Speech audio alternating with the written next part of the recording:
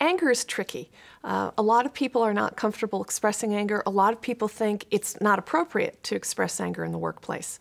I actually disagree. I think that if you're angry at somebody that you work with and your relationship with them is important and your anger is getting in the way of your ability to work productively with them, you have to find a way to talk about the anger. And I think there are good ways and not so good ways. I was working with a team once where I saw anger expressed in a not especially good way that I'll tell you about, and then what they did to kind of turn it around. It was a group of executives who were working together on a special project, and they came together and they had a meeting where they presented their results to the board and asked for the next phase of the project to be funded. And the meeting happened on a Monday evening, and I happened to have a meeting with this group on Tuesday morning. So when I walked in on Tuesday morning into the meeting room, what I saw were a lot of very ashen-faced, quiet people, and 2 of the 8 of them literally yelling at one another. And one of them was saying, "I can't believe you didn't come to the meeting last night. That was so irresponsible for you. I'm tired of having to pick up for you and do your work all the time.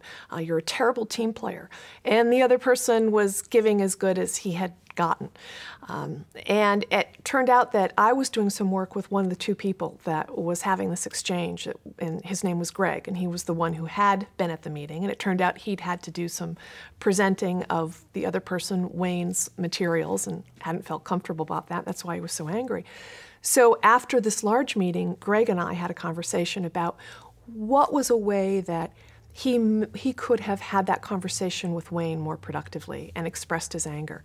And he went back that same day and he talked to Wayne. And he started out by apologizing for yelling. And then he got around to talking about his anger. And he said, what I wish I had said to you, Wayne, was that when you didn't come to the meeting last night, I was really angry. I felt that it now fell on us, the rest of the team, to present material that really it was your place to present. I was uncomfortable presenting it. I don't know it like you do. I felt embarrassed, and I was worried about whether or not the presentation would go well being done by someone who didn't know the material like you did. And what I would like to ask of you in the future is that if you can't make a meeting or a presentation, please would you send somebody else in your place from your department who knows the material and can answer the board's questions? How would you feel about that? And that was so much of a better approach. It really was the start of a good conversation between the 2 of them. And what made it so much better than the first way that he expressed his anger was 2 things.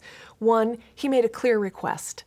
If I'm just angry and yelling at you, it's hard for you to know what to do with that. But when I make a request of you, there's an opportunity there for you to try to do something to make it better. The second thing he did that was so useful was he didn't make Wayne responsible for his anger. He didn't say, "Wayne, you made me angry by not coming last night." He simply said, "When you didn't come, I felt angry," which that format, "when you did X, I felt Y," is a much more productive way to express your anger. And it worked out very well for the 2 of them.